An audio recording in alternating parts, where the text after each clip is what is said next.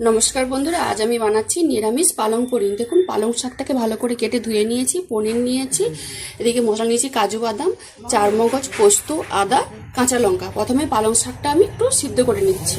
পালং শাকটা দেখুন ভালো করে সিদ্ধ করে নিয়েছি, এবার জল থেকে ছেঁকে ঠান্ডা করে আমি কিন্তু পেস্ট করে নিচ্ছি। সাদা তেল ভালো করে গরম করে নিয়েছি, পনিরগুলো ভেজে নিচ্ছি। একসাথে আমি সব মশলাগুলো কিন্তু আমি বেটে নিচ্ছি। পনিরগুলো লাল লাল করে ভেজে নিয়েছি, জায়গাতে তুলে নিচ্ছি। ওই পনির ভাজার তেলে ফোড়নে দিচ্ছি গোটা জিরে। ফোড়নটা আমার ভাজা হয়ে গেছে, এবার দিয়ে দিচ্ছি বেটে রাখা মশলাটা। কাজু বাদাম থাকার জন্য কিন্তু আমি কড়াইয়ের মধ্যে অল্প একটু জল দিলাম, তাহলে কড়াই লেগে যেতে পারে।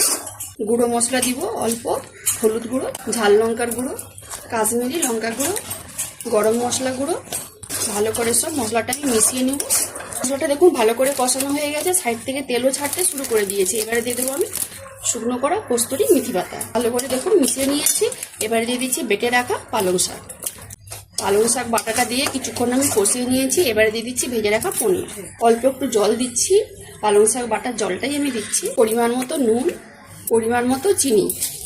এখন আমার কিন্তু পালং পনির তরকারিটা কিন্তু হয়ে গেছে। ওর থেকে অল্প একটু আমি ঘি দিয়ে দেবো।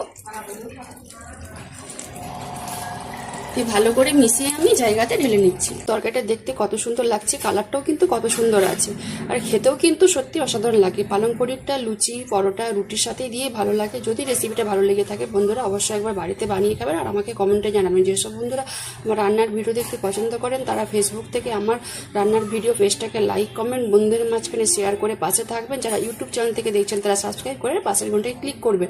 সবাই ভালো থাকুন, সুস্থ থাকুন আর সাবধানে থাকুন।